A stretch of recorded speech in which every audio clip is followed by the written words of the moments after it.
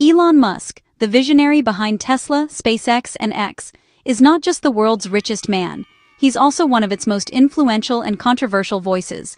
With a single tweet or public statement, Musk can send shockwaves through global markets, spark heated debates, and even shift the direction of entire industries. His reach extends far beyond the business world, touching on politics, technology, and culture. When Musk speaks or posts, millions listen intently. His words can move stock prices in seconds, inspire legions of fans, and ignite cultural firestorms that ripple across the internet. Whether he's making bold predictions about the future or challenging the status quo, Musk's influence is undeniable and often polarizing.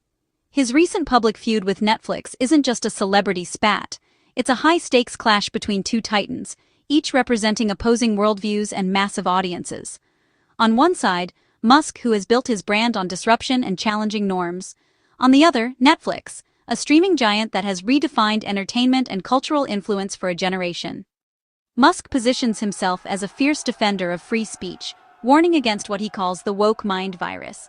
He claims this ideology is not only stifling open debate, but is also harmful, especially to children, shaping young minds in ways he finds deeply concerning.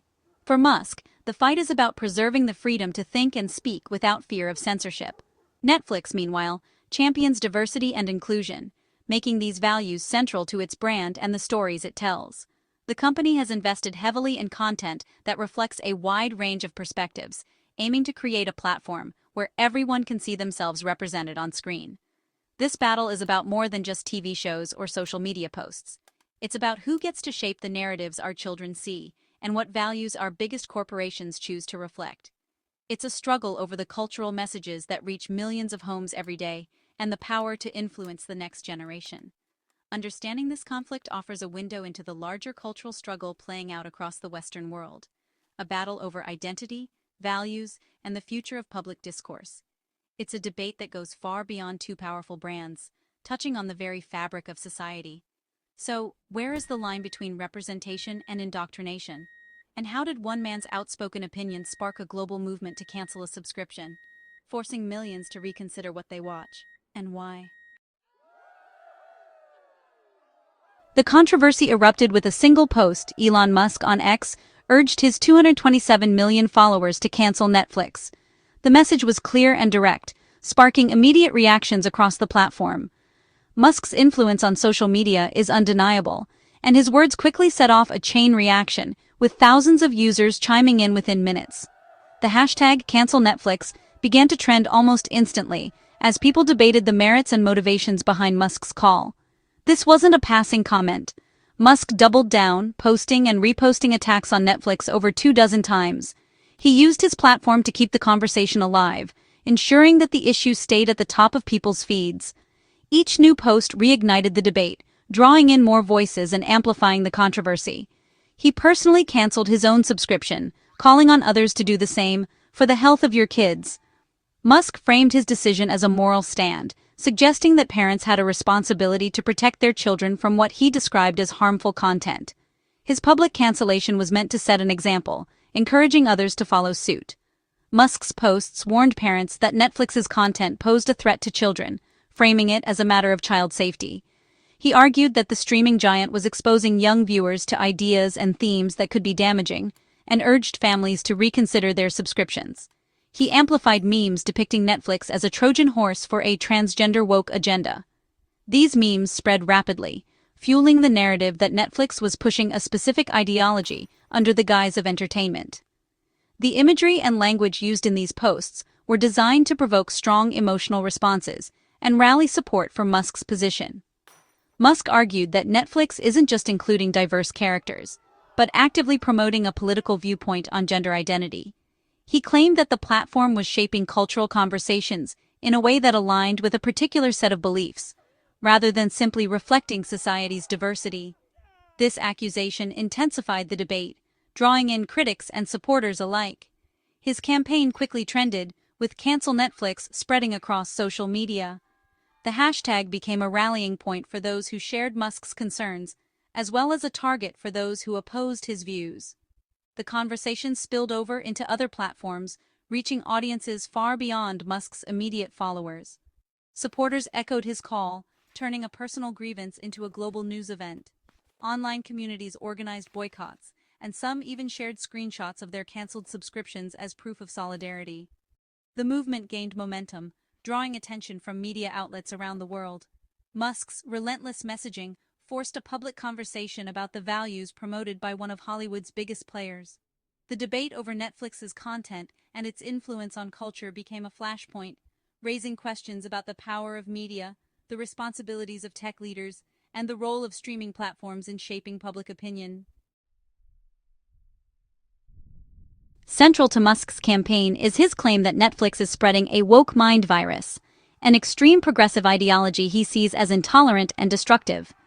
He argues that Netflix is a primary carrier, injecting these ideas into millions of homes, especially targeting children. Musk points to Netflix's promotion of transgender content, framing the company as a publisher with a clear social mission. He uses the Trojan horse metaphor.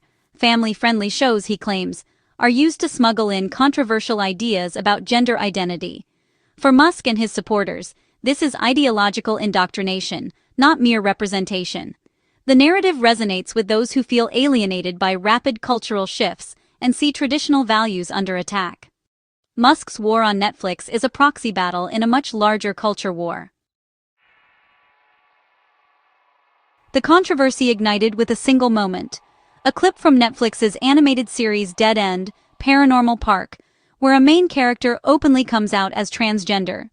For many, it was a milestone in representation, a rare instance of a children's show addressing gender identity with honesty and empathy. But for others, it became a lightning rod, sparking heated debate about what's appropriate for young audiences. Despite being rated for children, the show quickly became Elon Musk's prime example of what he considers inappropriate content for kids.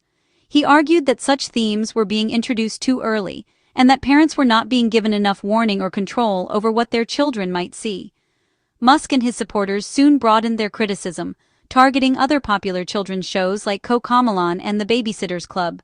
They accused Netflix of using trusted family-friendly brands as vehicles to introduce children to what they saw as controversial or complex social topics, often without clear context or parental guidance. The heart of the argument isn't just about the presence of LGBTQ+ characters. It's about the way gender transition and identity are presented, as positive, even aspirational choices for children, rather than topics for later discussion. This, critics say, blurs the line between simple representation and outright advocacy. Some parents and commentators worry that these storylines could confuse young viewers, who may not yet be ready to process such complex ideas. They argue that children's media should focus on universal themes, leaving more nuanced discussions for families to have at home. Interestingly, Dead End, Paranormal Park was actually cancelled before Musk's campaign gained traction.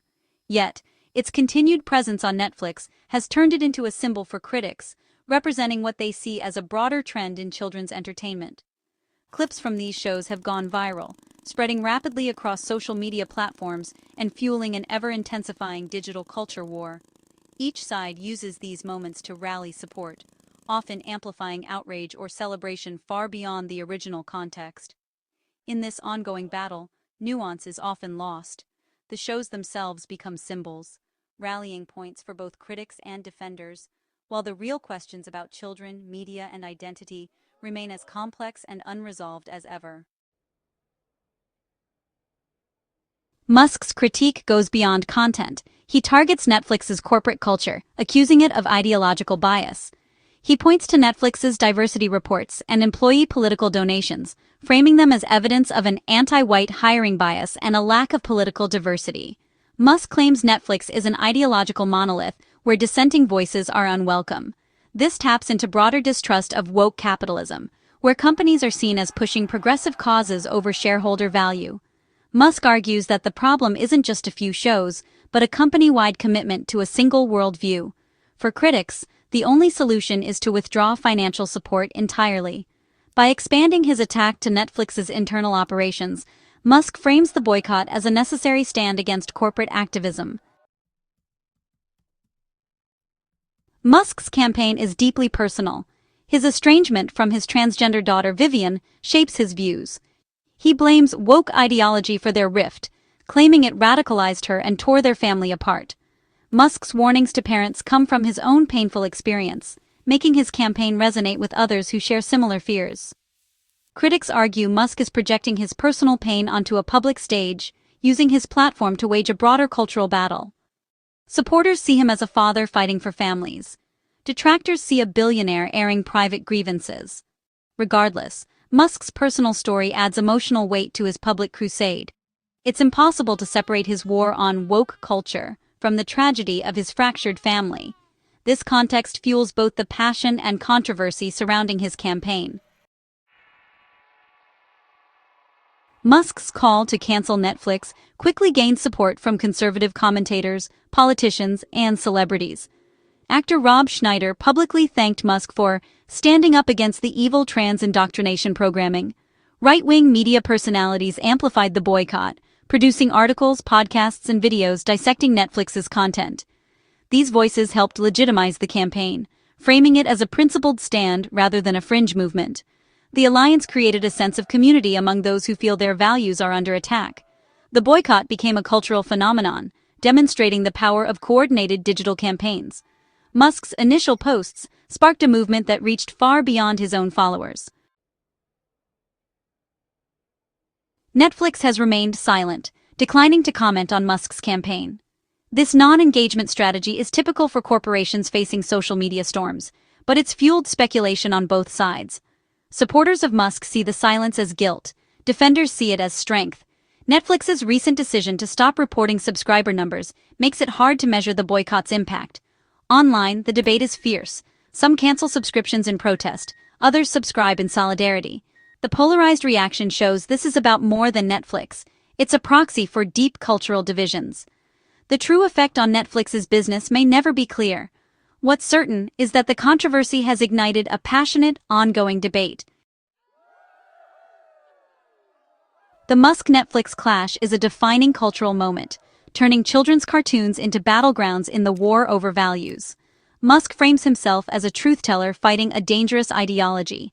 Netflix stands for diversity and inclusion. The dispute raises questions about corporate responsibility, artistic freedom, and parental rights. Supporters of Musk see Netflix as pushing a controversial agenda. Defenders see representation as a moral imperative. The controversy highlights the power of tech and media giants to shape culture and public discourse. The outcome of the boycott may matter less than the conversation it sparked. It exposes anxieties about cultural change and the influence of elite institutions. The battle for hearts, minds, and subscriptions is far from over.